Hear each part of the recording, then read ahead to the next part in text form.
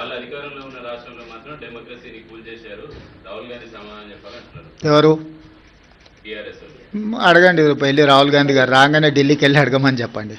Speaker గారి నిర్ణయం మీద రాజకీయ పార్టీగా మేము స్పందించడానికి ఏమీ లేదు. స్పీకర్ గారి నిర్ణయాన్ని వాళ్ళకు నచ్చకపోతే న్యాయస్థానాలు ఉన్నాయి.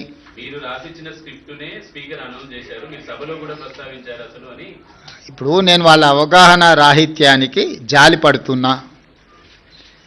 పదే పదే హరీష్ రావు గారు శాసనసభలోనే మేము 37 మంది శాసనసభ్యులు ఉన్నాం, మాకు ఇంత సమయం ఇవ్వాలని మాట్లాడింది. మీరు కళ్ళతో చూసిరు, మీరు చెవులతో విన్నారు, అవునా?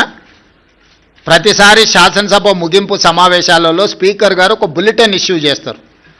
ఏ పార్టీకి ఎంతమంది శాసనసభ్యులు ఉన్నారు, వారు ఎంతెంత సమయం మాట్లాడినరని ప్రతిసారి బులెటిన్ ఇష్యూ చేస్తారు స్పీకర్ గారు. ఇప్పటివరకు జరిగిన అన్ని శాసనసభ సమావేశాల ముగింపులో స్పీకర్ గారు స్పష్టంగా ప్రకటించారు.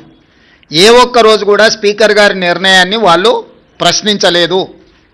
రెండవది, మొన్న జరిగిన శాసనసభ సమావేశాల్లో హరీష్ గారు స్పష్టంగా చెప్పారు, మా నెంబర్ 36, 37 ఉంది, మా సమయం ఇంత రావాల్సిందే, మాకు అంత సమయం ఇవ్వమని అడిగినారు.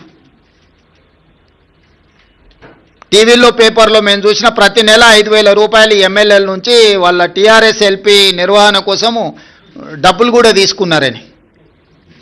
లావాదేవీలు బాగానే ఉన్నాయి, వ్యవహారం బాగానే ఉంది, వాళ్ళ పేరు మీద మైకు కావాలి, వాళ్ళ పేరు మీద మాటలు కావాలి, వాళ్ళ జీతాలలో వాటాలు కావాలి.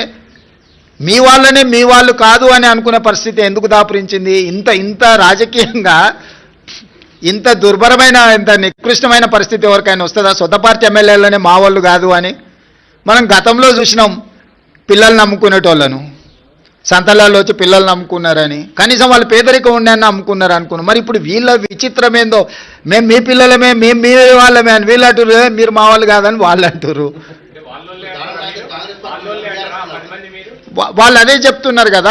ఎవరి ఇప్పుడు దాంట్లో ఎవరు మైనర్స్ లేరు, అందరు మేజర్లే కదా, విజ్డమ్ ఉన్నోళ్ళే కదా. ఆ మేజర్స్ విజ్డమ్ ఉన్నోళ్ళే వాళ్ళు ఎవరో చెప్తున్నప్పుడు నీ అభిప్రాయంతో నా అభిప్రాయంతో ఏం పని ఉంది?